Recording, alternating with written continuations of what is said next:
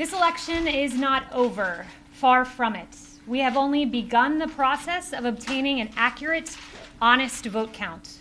Certainly, at least for now, the president has indicated he wants to keep fighting here, even though, he has lost the race, even though so far anyway, his legal challenges don't appear to be mounting to much. And let's be clear about that for a second. The idea that this isn't Florida in 2000, where it was a very small margin, just a few hundred votes in one state.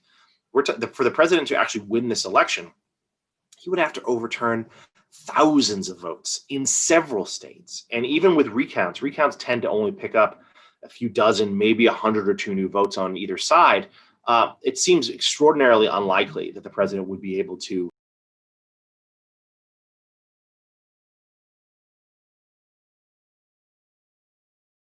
Well, first of all, the White House is sort of been emptied out at the moment. It's a far less staffing than usual for a couple of reasons. Anytime there's an election, you have some people looking to sort of move on to whatever the next thing might be, and their attention might be divided.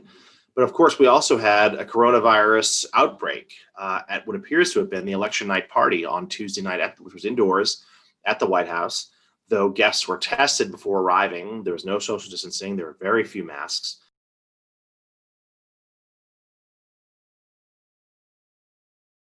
So because of people who have both fallen sick or been exposed to someone who has now tested positive, a lot of people are isolating at home. So the West Wing is sort of a ghost town at the moment. In terms of the mood, I would say it's kind of split. There is certainly some resignation among some of the president's aides that this election is over. Because all we are asking for is truth, transparency, and sunlight here. That is all we are asking for. And sadly, we are asking the questions many of you should.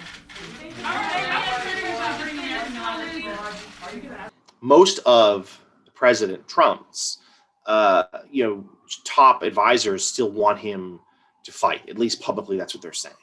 This is a president who prizes loyalty above all else. He is not going to be forgiving of someone who says that he should step aside. In fact, the director of personnel in the White House let word known to agencies across the government that if anyone was perceived as looking for their next job, they would be immediately terminated because that would be seen as disloyal to this president who has not yet conceded. I mean, we should be clear here. We're sort of in a new space here.